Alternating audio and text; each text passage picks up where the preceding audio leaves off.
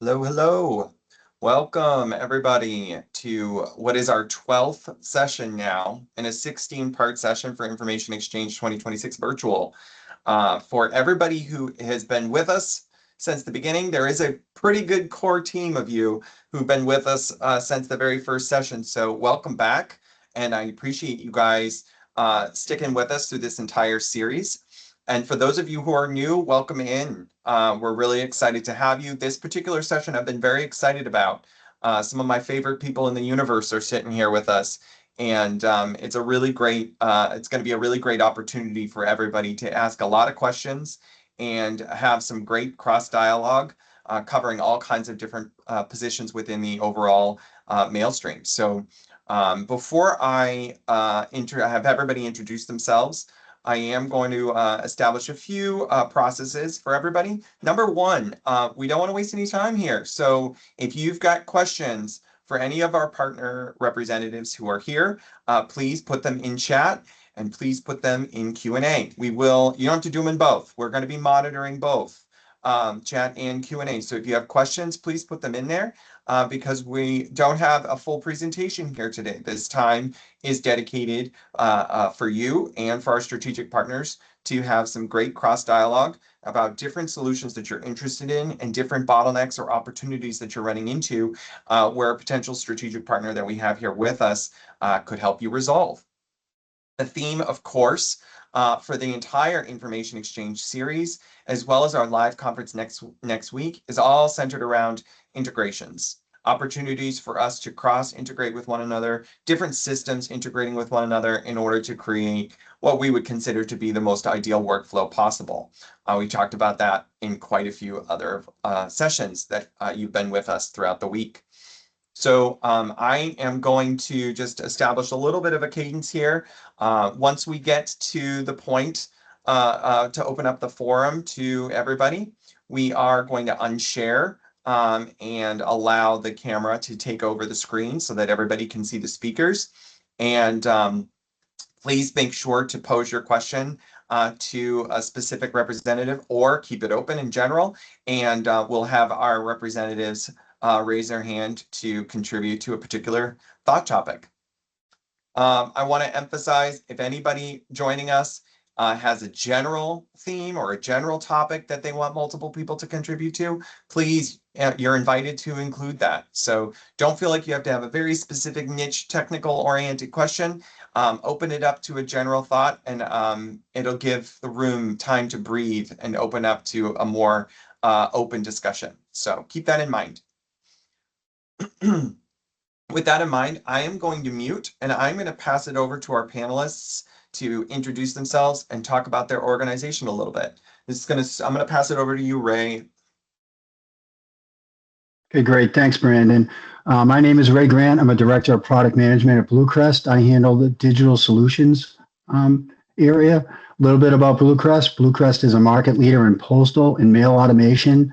We help organizations streamline print and mail and parcel automations through automation, software, data-driven insights that reduce costs, improve integrity, and increase productivity. Thank you. All right, Matt, take us away. Hello, everyone. My name is Matt Kelsey. I'm the Vice President of Sales for Direct Logistics. Over the last 4 decades, I've worked across many direct mail operations and sales, logistics, commingle, and consolidation. I joined Direct Logistics in the early 2000s, where we helped launch the first version of truckdirectmail.com. Today, that's known as our DLP, our Direct Logistics Platform. We've partnered with BCC since the early 2000s and then in Windowbook in 2018. For more than 25 years, our focus has been pretty simple. We take the complexity out of LTL transportation so printers and mailers can focus on what they do best. Thank you, Mac. Scott? Hi, good afternoon, everybody. My name is Scott Hauk with XMPie, and XMPie is the leading platform for doing marketing-centric use cases. So if you look at a kind of a continuum with transactional on one side, marketing-centric use cases on the other, we're towards the marketing side. And we support not only print and direct mail types of touch points, but also email, dynamic websites, text messaging, pearls, and even video.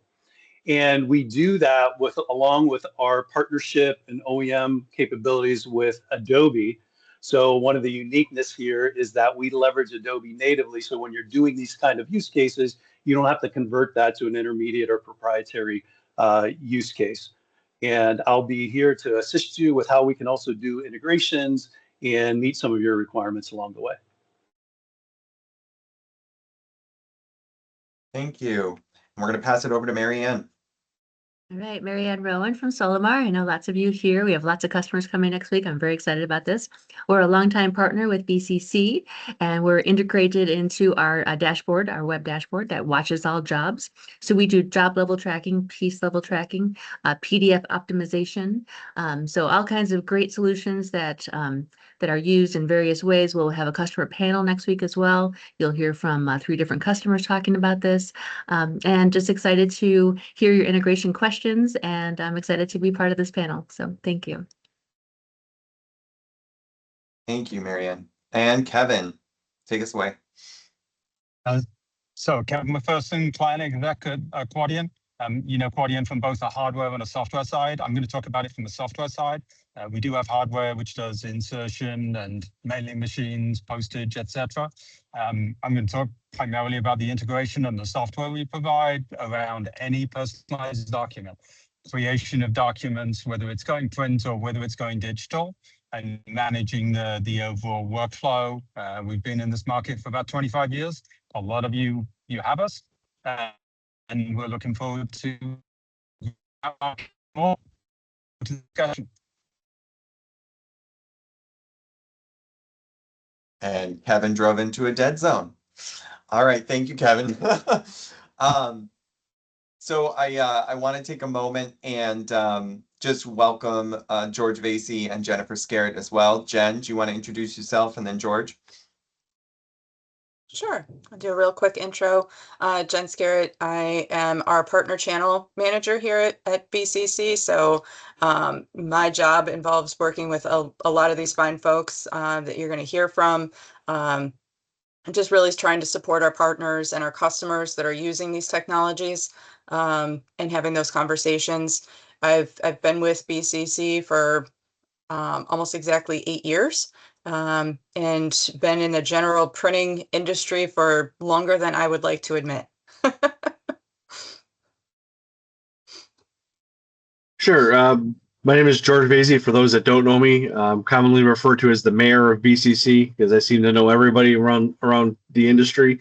I've been at BCC for 30 years, and I sit on the fence of everything. I help customers solve problems, whether it's on the support side, sales side, pre-sales consulting. I'm just here to help answer questions, solve some problems, and make people happy along the way. Excellent. Thank you, everybody. I appreciate everybody's introductions. Before we dive into opening up the forum, so I just want to remind everybody, we've got a chunk of customers here with us. Please put your chat questions in or drop them into the Q&A so that when we open up the forum for everybody, we have those here. Or put a topic in if you'd like to hear more thoughts about a particular topic or a particular challenge, drop them in chat.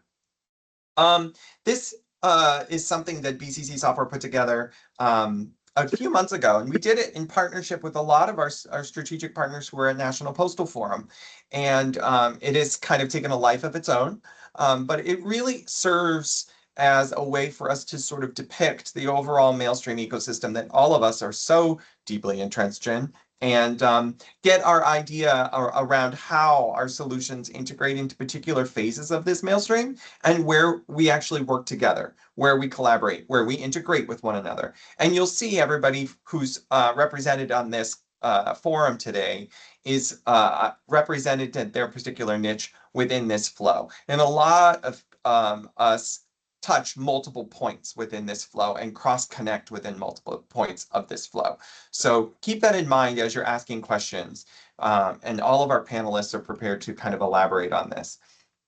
And I just want to emphasize, you know, the biggest challenge that we're finding across the industry, and we're all living this, each one of us are living this, is that the biggest challenge that customers are running into isn't necessarily volume anymore. We know volume is a consolidating and a declining thing that's happening in our industry. The biggest challenge happening right now is cross-solution integration. How are software solutions talking to one another, integrating with one another, automating between each other? And that's really what we're talking about here today. That's the theme of information exchange overall. And so I want everybody to kind of put that lens, put that hat on and think through that lens, and we can dive into that topic. All righty. So I am going to unshare. We have a few general questions that were submitted in advance of our customer forum today, which I'd like to actually start with. But before I do, does any of our panelists want to speak to this particular topic, the idea about volume not being being a priority, of course, but integration and how you can rethink the way your workflows are structured? Does anybody here want to elaborate on that or how it relates to your organization? Open to the floor. Mac?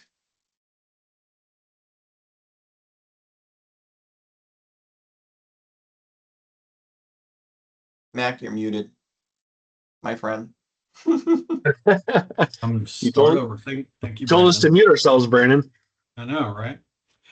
When I look at our organization or where our industry is headed, I don't think our biggest challenge is really transportation or even postage. I think it's really every step in the mail stream working together is one connected process.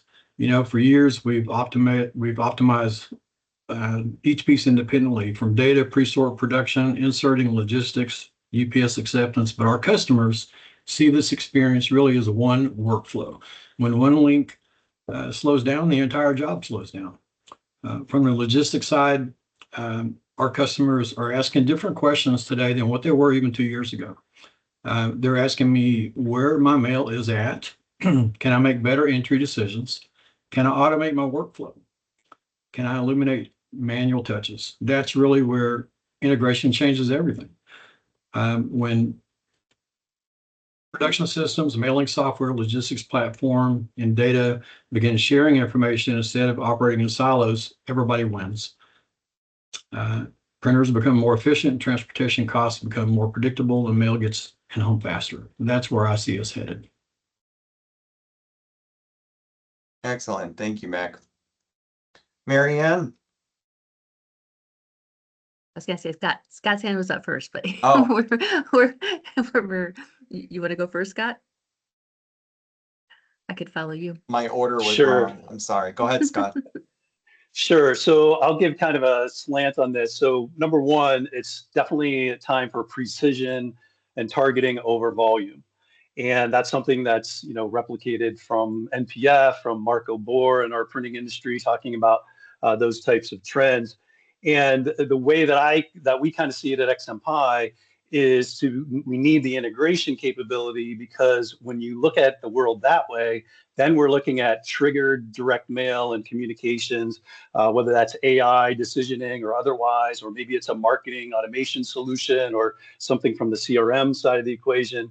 And, I think we're unique because we're not driven or motivated by volume on the XMPie side. We're not doing click charges and usage and things like that. So it allows us to really focus on how we can make your campaigns more effective so that you'll actually do more of them and volume working that way versus just, batch large campaigns. Thank you. Then I would say we very much follow XMPie because we're post-composition. So XMPie, just like Quadient, just like OpenText, composition tools typically feed into Solimar, and we do post-composition. So I can track every job that comes into a factory or multiple factories all the way to delivery. And so we're like an umbrella that integrates and watches everything underneath.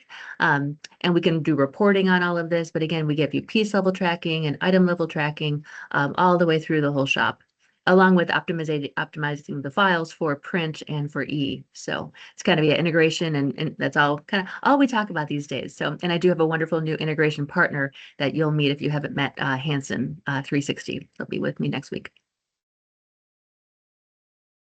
Excellent. Ray, what are your thoughts? Sure. Thanks, Brandon. So I look at it as BlueCrest is uniquely positioned because we sit across the entire customer communications workflow.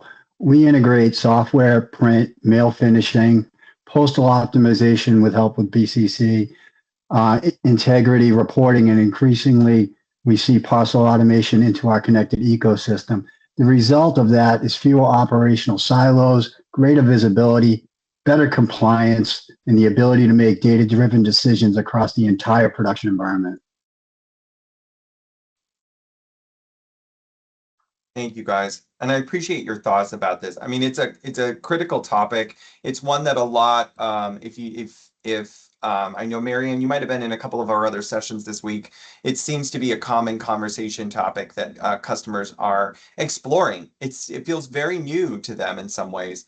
One of the things that came up in our previous session, which was really sent earlier today about APIs, was that if a mailer could like start down this path and start exploring bolting a new technology onto their existing workflow, where do you see, and this is again open for the group, where do you see the most common mistake or bottleneck that happens when someone or an organization is exploring potentially partnering with the solutions provider or working with an integrated tech to evolve a component or a piece of their overall workflow? Where do you see that maybe they fail to accurately predict exactly what the outcome will be, or are getting maybe a little bit ahead of a curve on automating a process that they're not really prepared for? What are some of those things that people need to be mindful of, that organizations need to be mindful of when they're exploring jumping in to integrating a new system into their workflow? Go ahead, Scott. Well, I think this forum and the information exchange actually epitomizes this. The one thing is they need to consider getting both partners or the three of the parties, whoever is looking at doing this integration and automation, get them together and make sure you're getting the best practices and input from all of them. That's one. And my second, advice here is, even though when you start doing and looking at adding on or bolting on something, you're naturally going to be looking at it based on what you know from the last 5-10 years or whatever. You also have to look at it brand new, 2026, what's available, how could things be done in a more modern, optimized way now, not necessarily just how you've been doing it. Yeah, I'll just jump in. I would totally agree. I would say that the place we typically start when we do assessments are really to look at the output data streams. And what we do is we really try to encourage everyone to go into full PDF workflows. So let's take everything you have, whether it's AFP or VIP or whatever it is, we make optimized PDF that can now go anywhere. And we can batch it. We could do intelligent batching, again, piece level tracking, and it can just feed into everything. Also, we do this JDF job ticketing, so it can also go to a roll fed and or cut sheet printers, and it just takes all the hand touches and manual processes out.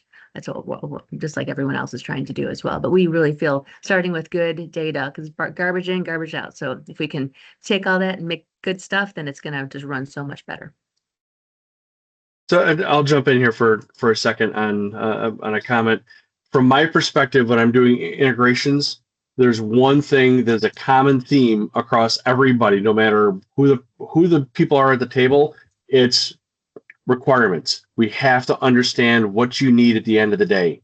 How do we get those requirements? Bringing in the right people to the conversations. It's not just data processing. It's not just production. It's not just management trying to drive an efficiency discussion. We have to have all the key players at the table talking through what everyone's trying to accomplish. In open communication. We can't help you if you don't know what your problems are and what you're trying to solve for today. Like Scott said, we have to look at it not necessarily from the legacy perspective, but what is it today? What's the current state of the future need to look at?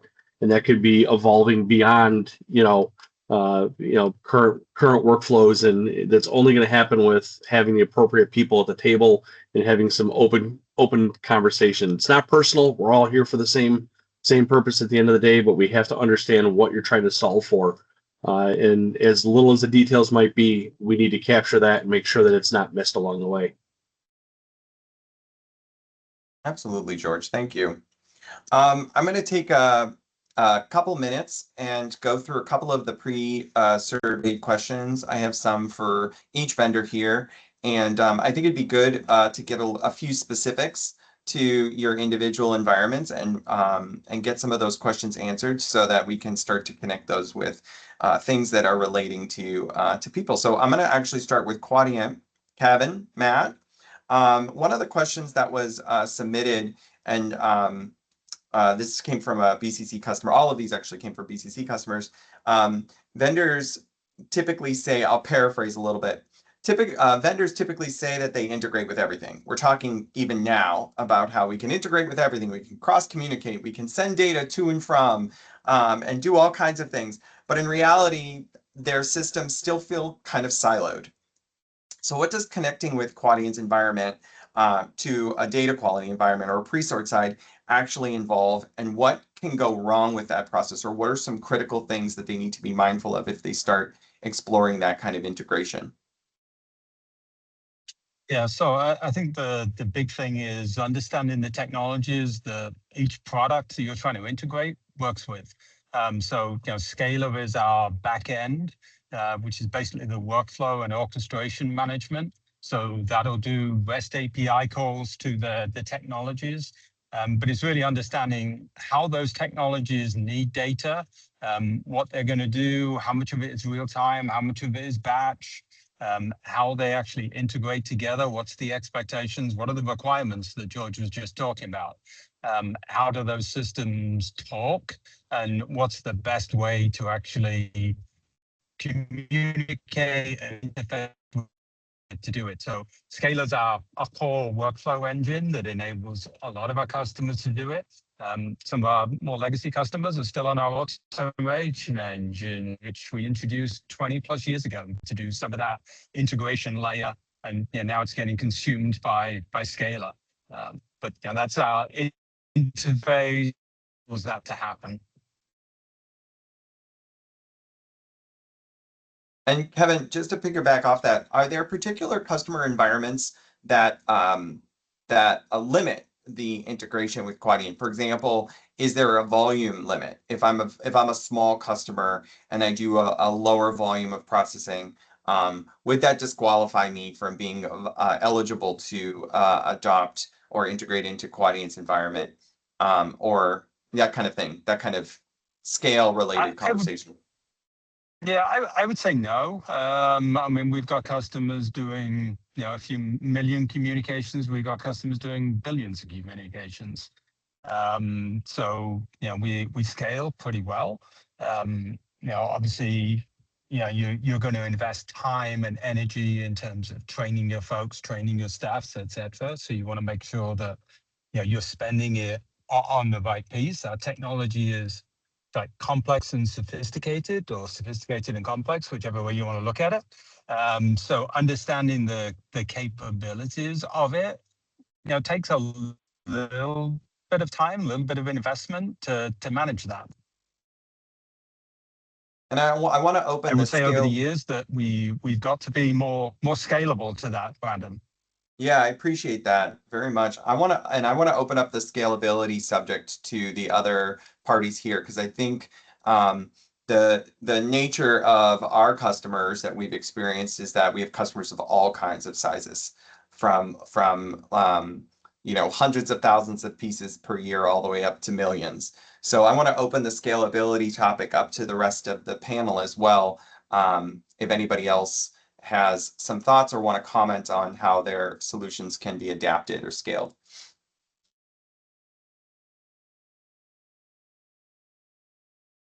So I'll just jump in. Our solutions all scale really nicely. You can start off being very small and then grow. You can grow by different ways. You can grow, horizontally and or vertically. So we have different licensing models, different systems. And so really we take an approach, as George was saying, we really want to understand your current state. and then kind of stage it out to your desired state. And everybody's different, but we'd like to see what they're already using. Are you already have Quadient? What systems do you already use? How do you scale your environment currently? And then we can add to that as opposed to coming in with something totally different. So yeah, so probably like most of you, I have small customers, and then we have the bigs like that do billions. So it's fun to see, and we learn from all of them. But I just think, yeah, we scale both horizontally and vertically. Excellent. Ray, you want to add to that? Yeah, sure. So I just wanted to add, as far as the scalability piece, the one thing we've done at BlueCrest is now we've moved all of our solutions to the cloud. So our Strata Cloud, and it scales up very nicely as well. So you can have a very small mail service provider, get the software that the large mail service providers are getting, and basically scale up as needed. Basically with no infrastructure at all. So the power of the cloud's quite there right now with scaling. Yeah, there was actually a specific customer question that was submitted specifically for BlueCrest. So I could share that with you separately, Ray. Scott, do you want to add to that? Sure. Just as an orientation to some who might be in the audience, is that when we integrate with other partners, that is typically on our cloud-based or server level solution set. And we built, from day one, 20 plus years ago, we built all that based on our API set, so that anything we do live, we typically have APIs behind it to be able to facilitate doing those types of integrations. So those would be server level clients, we would call that, and that's the higher volume clients. But what's different about XMPie that I just would mention is that if you have anybody that is doing smaller volumes, we actually have desktop tools. So we have some accounts that use just desktop tools, and it's a great way to be introduced into doing more modern variable data, even at small volumes. And then that has a natural progression of doing the same setup, but then leveraging the cloud or on-prem server type environments to do heavier volume. But in our world, yes, it does take a more server cloud level to be able to do those types of integrations.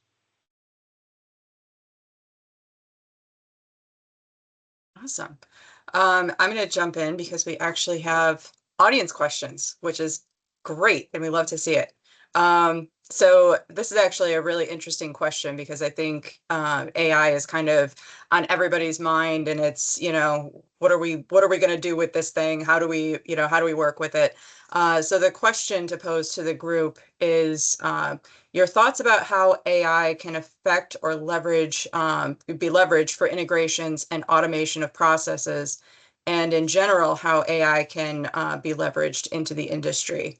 And I'm kind of curious to hear what several of you think, because I know we've had conversations across a few partners on this. Jen, like I said, I was just going to say, as I said in the comments as a reply to that, AI, from what I'm seeing, is playing a very real role in the industry. One customer over the weekend gave Claude the Architect Reach user information, and he said within an hour he was connected and working with the platform and building a tighter integration. I know another customer on the East Coast that's using AI heavily for doing code generation. They go in there and say, hey, I need this with these requirements, and 80 to 90% or more of the code is just being dropped out, paragraphs of code in a matter of, a minute or two. So AI isn't necessarily evil. We've heard some nefarious things lately with AI agents breaking out, but I think if we use AI in the right context, it can certainly help us to work smarter and not harder along the way. Yeah, and I'll kick it over to Mary Ann, and then Kevin, I'm going to put you on deck because I know Quadient's got some thoughts there too.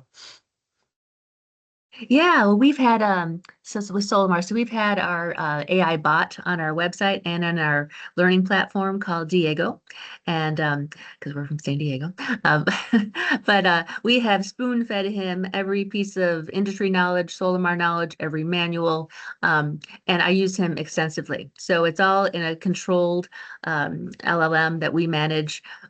He can only get information that we feed him, but he speaks multiple languages, like 200 or so. And this has been a 2.5 5-year project that we've been on with this. Use them every day. Our customers use, so that's one use case that's been super beneficial to us.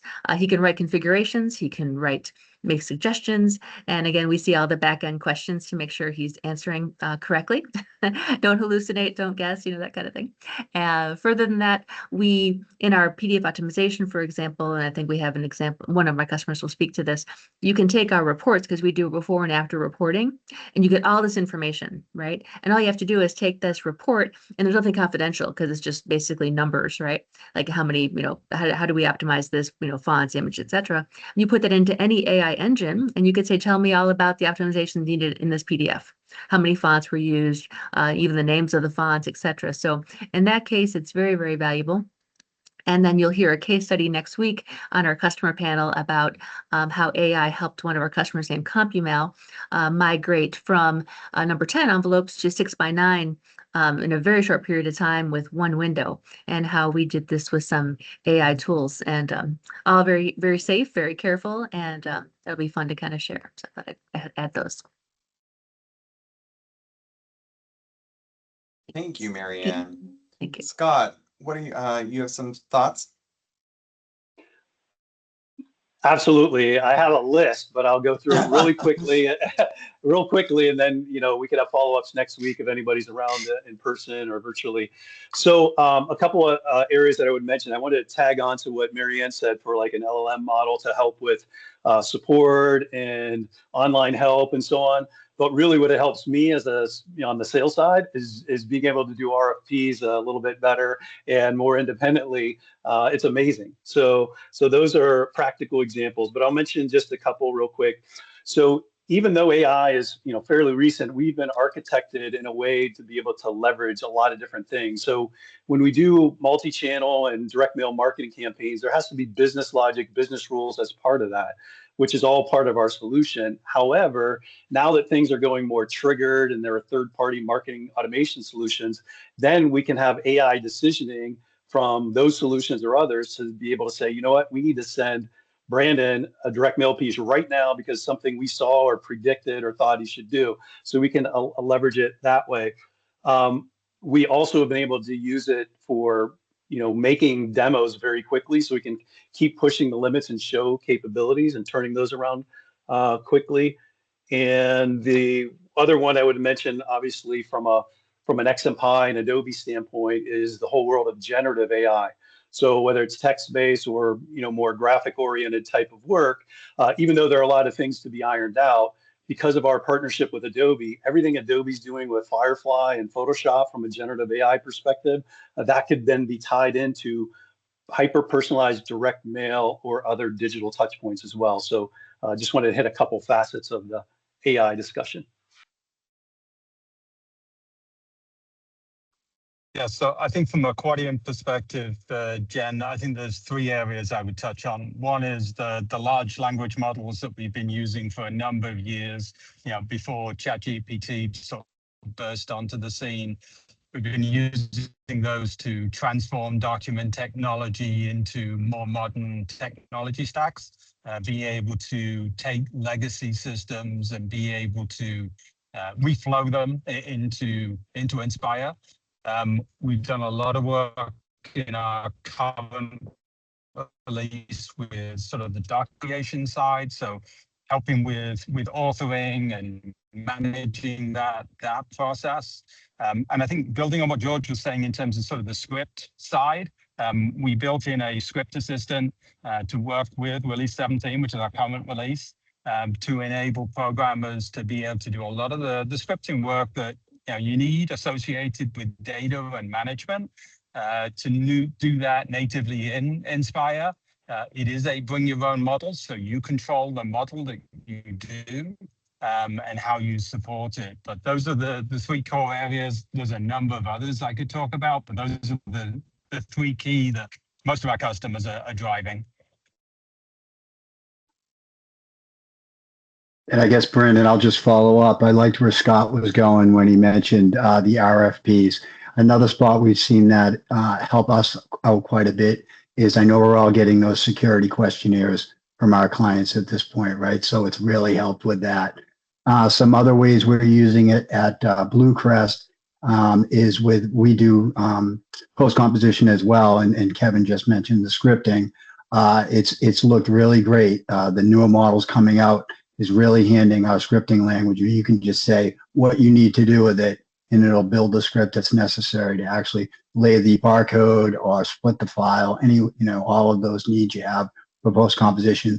Another thing we've done a nice job with it as well is workflow in our role builder product that's coming out soon. And it's basically taking all the information about a job, the SLA time, any inserts it has with it, what type of fold it is, all of that information, and putting in and optimizing any role to role needs that you have to make sure you're building a role and optimizing it the best way you can. So those are some ways we're using it right now. Yeah, it's an interesting topic in general because AI is kind of like the monkeys got loose from the zoo, and there were no rules and there were no guidelines, and everyone was left to their own creative thought processes for how they could use it and solve different scenarios. I liked this question in particular because this industry in particular, and I know some of you can chime in on this, is legacy. It's been around for a long time and it's slow to evolve. It's slow to adopt new tech. And independence, everybody here, independent from USPS, it falls to our responsibility to innovate and come up with new solutions and to ad hoc onto a very large monster in order to create things that are more efficient. So I liked this topic a lot because it was specifically positioned, especially the end of the question, was specific to general how AI can be leveraged into the industry. I really liked that element to it. And the cool part about that is really comes back to the core theme of why we're all here and what we're all talking about, which is building connections between disparate systems. And so I appreciated that question, and I appreciated everyone's thoughts on this. It was really good. And I'll just add that, just really quick, George added a question in the chat that I think folks have been responding to as well, which is just, to hit it back to the group, how many are using AI today and how are you using it? So, keep answering, filling in the chat, but I think, it's interesting to see that some people are using it, but kind of using it more for meeting notes and more like administrative type of activities, which, I think we're all starting to explore at this point, but maybe not using it in production yet, or maybe having, limitations from IT or security department. So there's definitely, I think, some learning going on. So keep answering the question and filling in the chat. We're curious to hear what everybody's doing. Mac, go ahead. Yeah, on our end, we're using it for UI interface, workflow, system health. We're looking at various partners for rate determinations based on transits or costs, fuel components and things like that. So we're not slow to the gate, but internally, our operation and our dev team, we're working it internally for our systems benefit and slowly rolling those out to our customer interface. Thank you, Mac. In fact, I was actually going to pose a little bit of a shift in subject. Please keep the AI A1 steak sauce conversation. Kudos for anybody who gets that reference. Keep that conversation going in chat. But I wanted to pivot the conversation a little bit to tracking, reporting, and ROI measurement. And this is a general subject that I want to drop because there were a number of questions that were submitted from customers in connection with several of your different organizations. And I want to start with you, Mac, with regard to specifically with freight tracking and fulfillment tracking. Can you elaborate a little bit on how Direct Logistics micromanages the tracking component? I know that freight and truck delivery, there's a lot of different touch points in the actual system itself. And I wanted to throw that to you first, and then we can open up to the rest of the forum to elaborate on how tracking direct and ROI and measurement and reporting directly pertains to their specific niche. Sure. For most of our truckload vendors, we have live GPS tracking on the truckload side. On the LTL side, our systems are updated every 10 minutes via API. We provide shipment level visibility, system updates, status updates, estimated delivery information, and exception reporting. But our differentiation isn't really another tracking screen. When a shipment stops or an appointment change or a delivery is at risk, we don't want the customer to discover a problem after the scorecard, on a scorecard after the delivery window is met. We literally track and monitor every single shipment. In addition to advanced notices, we have a team that looks at every single shipment to make sure everything's on time. And when there's exceptions, we engage. It's not really, tracking is information, but visibility is really information plus action. There's times where 99M barcodes aren't scannable, they're not readable, or they're not active. In real time, we can reach out to the carrier, we can reach out to the postal dock, we can connect with the shipper to get those IMBs, 99M placards up front, invisible. But we track every single shipment and we manage all the exceptions. Thank you, Mac. Appreciate that. I know, especially among the suite of strategic partners here, direct logistics plays a very critical role in that workflow. So thank you. Anyone else want to chime in with regard to tracking, reporting, ROI tracking, performance metrics? I know Marianne, I was just going to call on you. I know Marianne, you talked about it quite a bit in your presentation, and you did a great job about talking about that. So I'll pass it to you. Oh, sure. Thank you. And you'll hear customers talk about it next week as well. I think that it's obviously critical. So again, what's nice is our dashboard. Kind of think of an umbrella over a whole factory. And what's nice is one system can watch multiple factories if they're connected, which is great.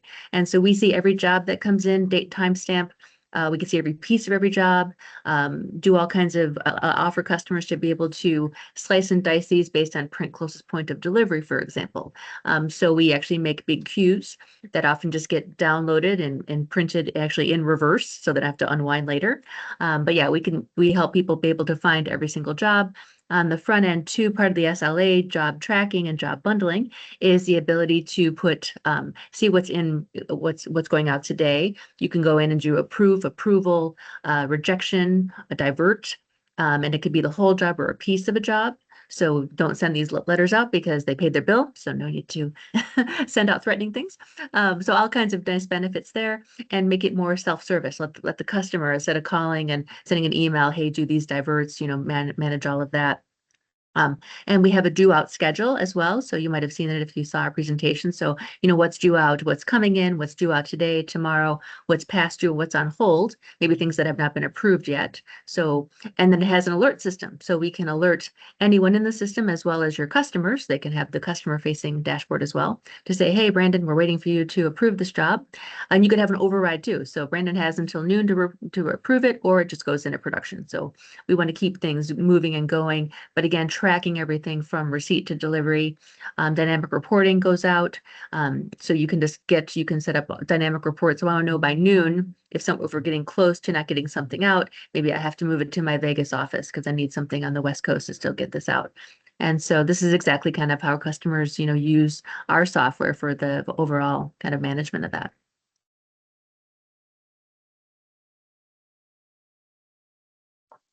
Yeah, so Brandon, I'll just add, as far as with the BlueCrest side, right? So Marianne talked about as far as the print and the job creation and all that, we can do that as well with BlueCrest.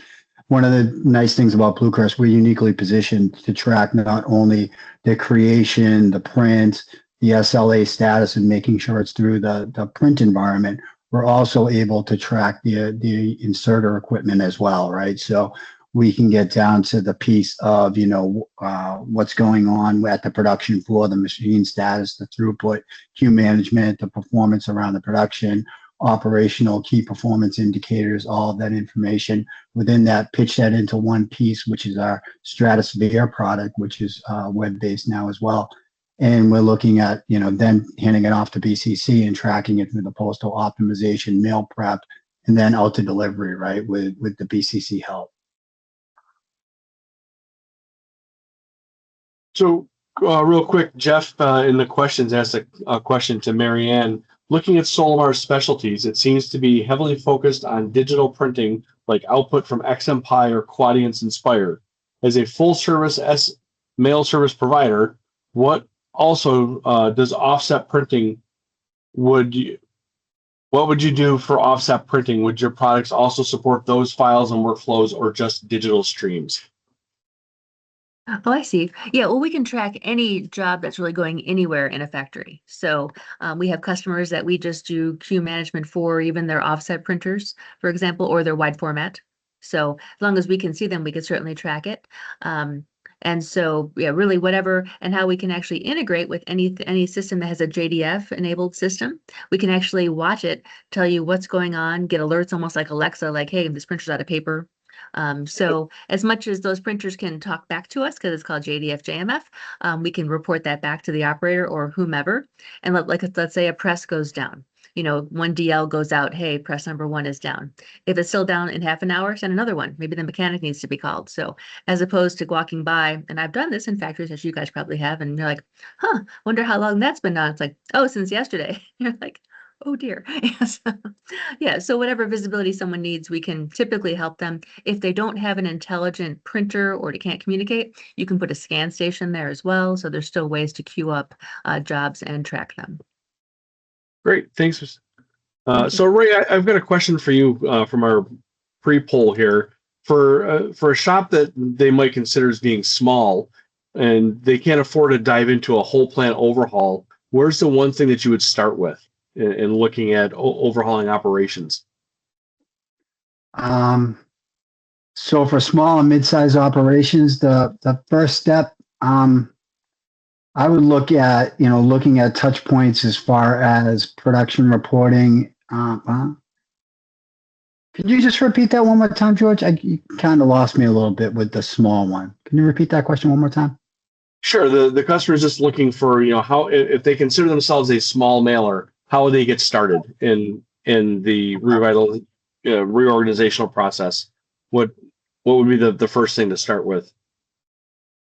I would look at, common starting points would be, production reporting and analytics, workflow automation, integrity is really big, making sure you've got the envelope correct, right? That's going out to mail. And basically work cell productivity improvements, right? Try to do as much inside of that work cell. One thing we're exploring at BlueCrest is putting the printer right inside the work cell of the inserter, right? So there's, one person that can operate the print as well as the insertion equipment, team it up. Does that make sense? Yeah, thanks. Anyone else? So just to kind of clarify, if I heard that correctly, Ray, you were talking about optimizing as many low-hanging fruit opportunities as you can in order to make the maximum impact you can with what your limitations might be, budgetarily wise. Right. Yeah. But all of that starts with what I talked about, clear requirements, documenting what you're trying to accomplish as much as you can. I can't say that enough. All right, George, I don't think you're going to get away from those whiteboard sessions, right? Where you do dig out that requirement based on the drawings you put on the board. Yep. Scott, I know you had your hand up earlier as well. I'll pass it over to you. Sure. There were a lot of different topics going on there. So I wanted to hit on maybe one, maybe two of those, but I wanted to challenge myself because I think the topic was about what you can do with offset, right? And again, what I would say there is from an XMPie variable data perspective, there's not really much you can do with offset unless you're doing imprinting, but we want to take you to composite digital output. So that doesn't fit. However, it does give me an opportunity to say if you are doing a lot of offset and then you're going to get into digital variable composition, when you leverage something like our framework at XMPie, it's more for pre-press, pre-media people to prepare that work. And I say that because that's very different. But when you're in an offset world and you have those resources, that's a better path than having to maybe get into a lot of programmers and developers that have to do other types of setup. And then the only other thing I was going to mention on the tracking is, the answers were around a lot of production level tracking, which is great. I just wanted to mention from a marketing composition standpoint, when our platform is, generating the PDF ET for direct mail, or doing the emails or the web and videos, etc. All that information is in your database as an XMPie user. So you know who got what was the offer, what was the image on there, what was the design that was leveraged. So all the blatant type stuff. But then if you're using, and I know Marianne knows this with optimized PDF DT, we can even put inside with dpart metadata information about that person or the offer or other things you don't want to put on the piece, but have that go through the process so that you may want to archive, check on that later, and do things like attribution and other types of cases. Thank you, Yeah, and then you Scott. triggered Marianne, jump in. me, Scott. Well, you triggered me, Scott, too, because one thing that we help people do, as you do, is if they do have, sorry, dog just jumped on me. If they do have offset print or goes to commercial print, what we do have is the ability to de-impose existing booklets, catalogs, etc. And so once you get to a certain quantity where you don't need thousands of something, it's great. We can actually pull it back into one PDF. Now you can make little booklets. Now you can print it somewhere else. You can reimpose it to go somewhere else. So, but there's some nice benefits. Like I showed the Mayo Clinic where they took all of their pamphlets and such, and we now make customized patient booklets as opposed to a folder with lots of random, pre-printed, pieces in it. So, yes, I think there's a big opportunity for that as well. And then with XMPie, with the messaging and the dynamic imagery that can be added to it as well. I want to give Kevin a minute. I saw he had a thumbs up emoji there for a minute. Kevin, was there a particular element of the conversation that you were vibing with? You're muted. Kevin, you're muted. I guess a couple of pieces. Yeah, there you go. I guess a couple of pieces, Brandon.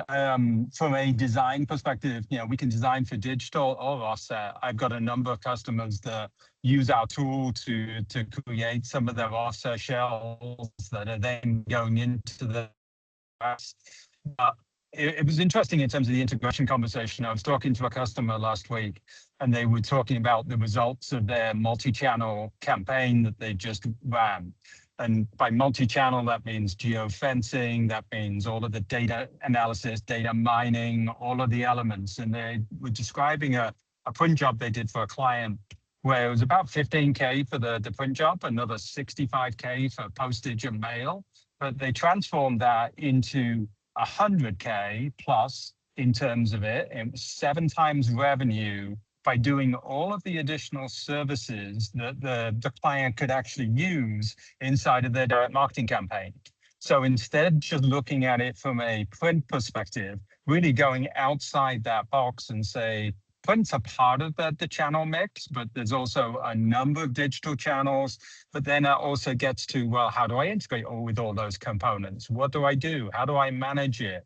But there's opportunity outside of this. I don't think of it just as a print world that we live in. Brandon, to your point, we kind of live in a legacy world, but you're really only legacy if you think legacy. It's really about what you want to do going forward.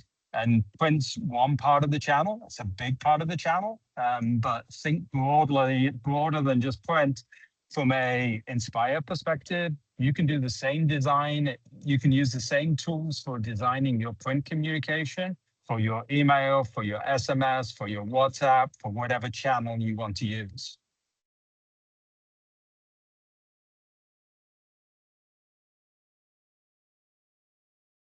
Thank I'm you. done. Thanks, Kevin.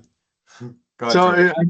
yeah, no, all great topics and talking around some of the hardware stuff. I've got a question I'd like to put out to the group, and I'll throw it over to Ray again when we get started here. But the problem isn't volume; it's staffing. How can automation help solve for staffing, and what does retraining and continuing education look like for the operators that they can keep in as new ones come on?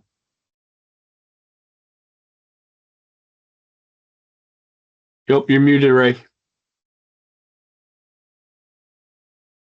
That's actually a good question, George, because we talk about staffing and labor shortage, and that's basically one of the biggest challenge facing, mail operations today. And that's exactly where automation is creating the most value, right? So customers are seeing benefits in automation like job setup and changeovers, material loading and handling, integrity verification, work cell monitoring with inside of that, and then any type of job reconciliation and reporting around that, right? So that's where we can get in and take away those touch points around that to help with some labor shortage, training, all of that sort of stuff.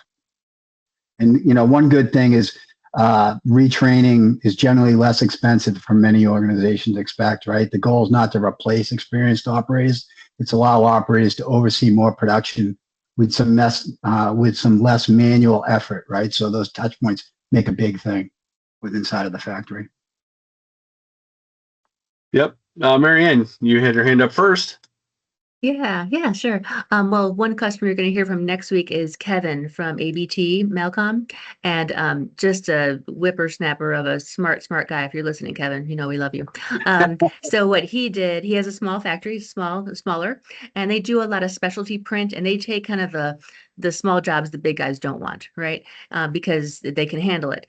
And the problem was, though, they were getting this huge volume. They were working second shift. They were working weekends at times, and kind of stressing a lot of people out. And so by putting some more templatized workflows in place, they moved to a ton of automation in a very short period of time.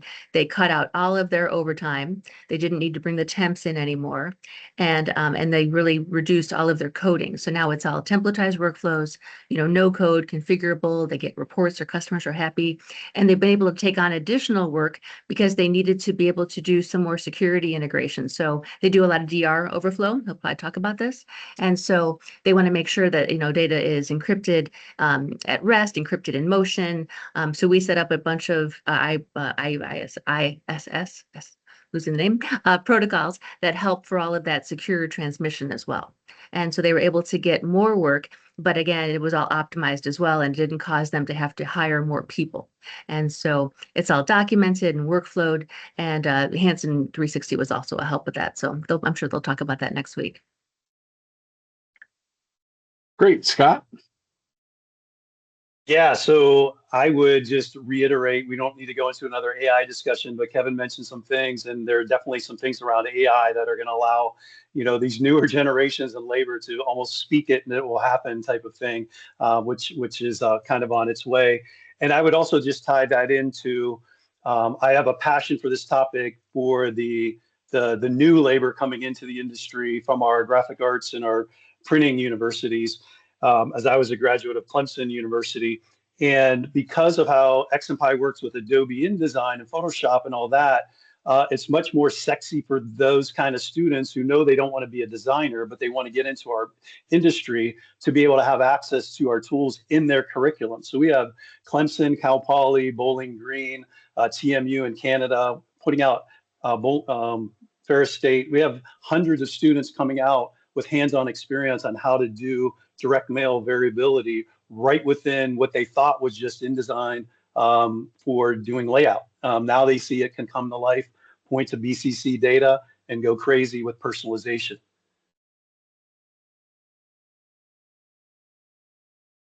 Thank you, Scott. Appreciate that. I know you're passionate. You got your hands moving. I love that.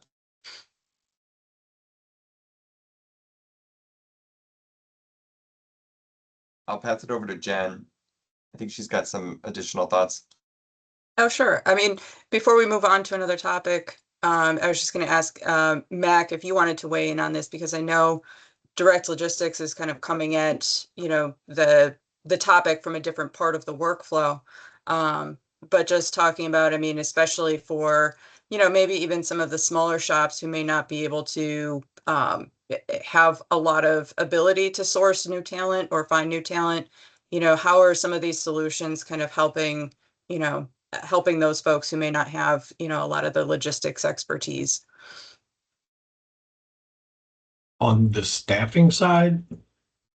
Just being able to, I guess, try to work these into this concept into their workflow without, maybe they don't have a lot of expertise internally, or, maybe be able to find additional staffers or anything like that. Like, what is working with some of the solutions that Direct Logistics offered going to help them with? On our end, it's really less manual touches. It's really about automation.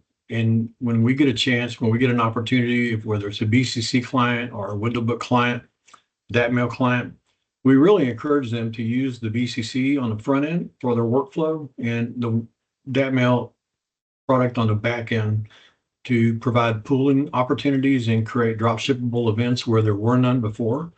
I do know that working with our platform, it's a huge time saver. Again, like I mentioned earlier in the conversation, we really take the complexity out of LTL shipping.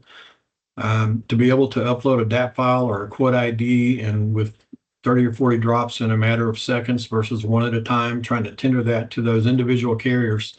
They can do that with ease within a couple of minutes and assign ship dates and submit a job. That's really the component. That's really the ease of use that we bring to the table in terms of our platform and our integrations with BCC and DATmail. We save a lot of time. Clients tell me all the time, I love your site. I don't spend a lot of time in it. I get my job in and submit it and go back to what I need to be doing and let you guys take care of the rest. That's great. Yeah, I think, a lot of people think that they have to be, have big operations to take advantage of, some of these efficiencies and tools out there.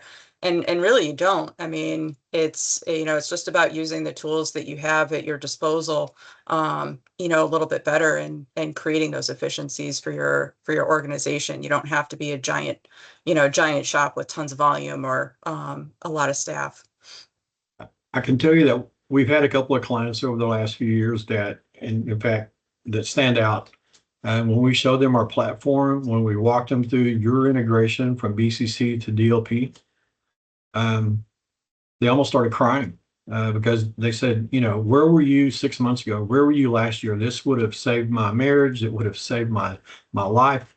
But they're glad to be part of it. And I'm happy to say that a lot of our clients that we've had for, since the mid 2000s are still with us today. I love that. Awesome. So we're coming into our closing time here. I want to give everybody a chance to say a few thoughts, plug their organization, talk a little bit about what's next that they might be working on. And we're going to go in order that we did before. So I'm going to kick it over to Ray to start us off. And you are muted. I'm going to owe a lot of dolls to the kitty. I think I've done that 3 times already. So at BlueCrest, we're excited about, where AI is bringing us, right? So we're doing a lot of things around that. I mentioned a couple of them, shortly with, as far as the scripting tool, the role builder. We're doing other things to help, bring our products to market a lot faster. So we're really excited about AI and jumping into that. We've been held back a little bit by our clients, quite frankly, as far as them, being a little wary of going to AI, especially with, personal information, right? We've done a nice job of kind of walling off where we can find the AI play without tossing it any PI data, and thus making our tools shine a little better, as well as driving everything to our Strata cloud as well. So we're touting that quite highly. But thank you for the opportunity, Brandon. It's great. I'm glad to have you with us, and we're going to have Joe with us next week, which is going to be really nice. Joe's an awesome guy for those of you who haven't met him. So it'll be nice to meet him in person for the first time. I haven't met him in person. So Mac, I'll pass it over to you next. Close us out. We're excited for the postal discounts to increase for SCF discounts. That was a welcome change. As you know, last July, all the NDC drops went away. That was effectively about 25% of our top line activity. We've since replaced all of those with SCFs, and quite honestly, there is a lot of our clients that are going to DDUs now with flats under 4 ounces. especially after the last savings, the last postal rate change. There's huge opportunities for flats under 4 ounces. Generally, what we're seeing is flats up to 2 ounces and a lot of every-door direct mail. Good news is we can already import mail.dats that are destined for DDUs. I hope to be working with the team and talking about it. I know we broached it at the MPF with Sean and with Adam.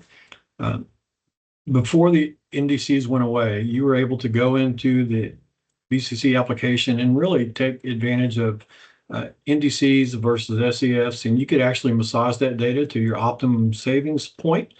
And right now, that's only SEFs.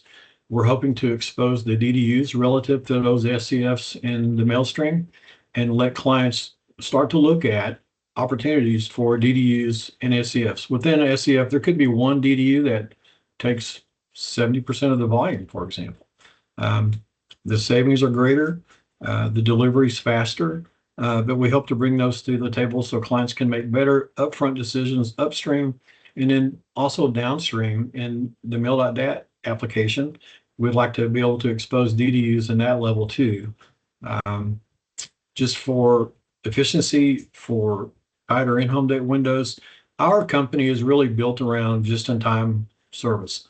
We may not be the first person you call, but we're certainly the last person you call. Or if a shipment that you have that wasn't going well with your current provider, we can step in and help mitigate that and put that back on track. Thank you, Mac. I know we had there were a lot of logistics vendors at NPF this year, so it's definitely become a more competitive market. Yeah, you know, right. the interesting thing at the NPF, there were roughly 40, where historically there'd been 3 or 4 or 5 logistics providers, but out of all of those providers, only 1 or 2 of them knew about mail, but they were there. That's where we shine. We have LTL, or Postal Aware.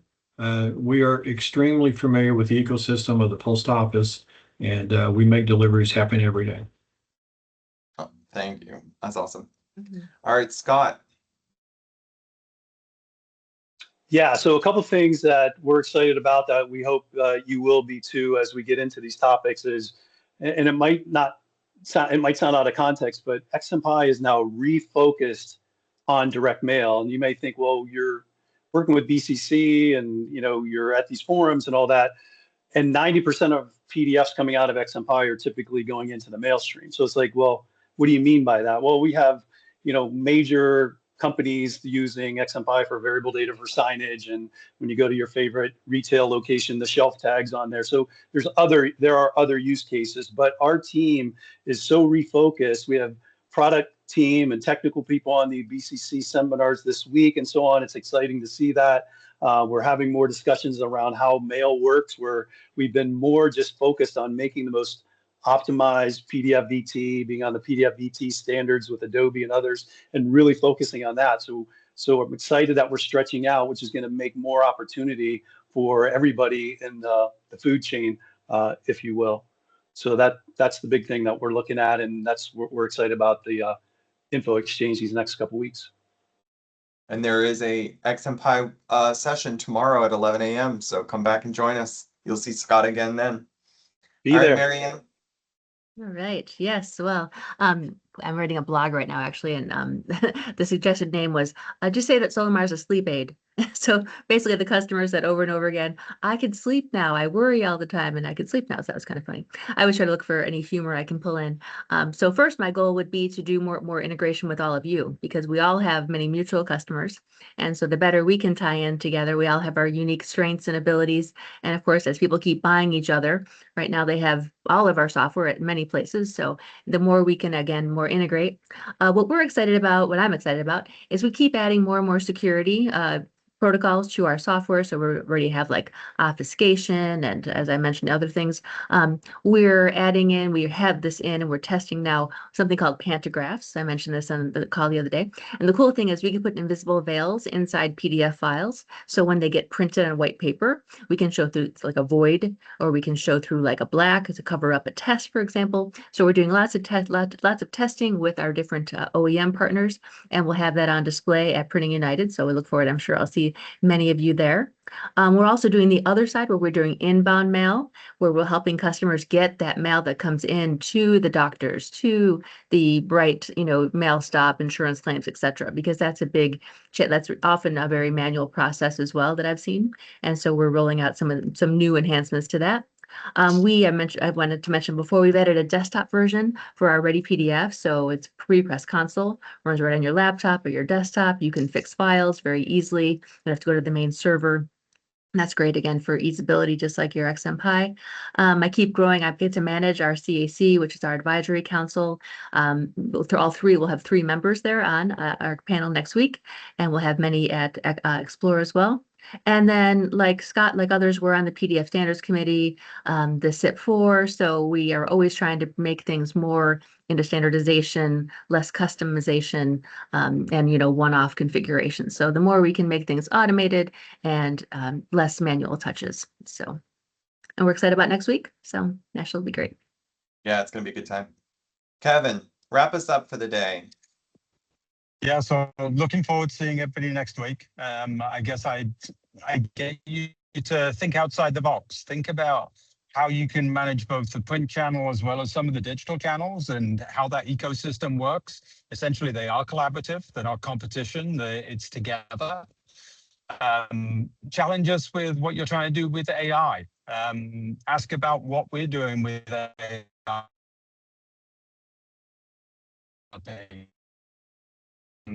Come to it with lots of questions. What are us doing? About what they do. I sometimes with integration, is integration. That's what our customers.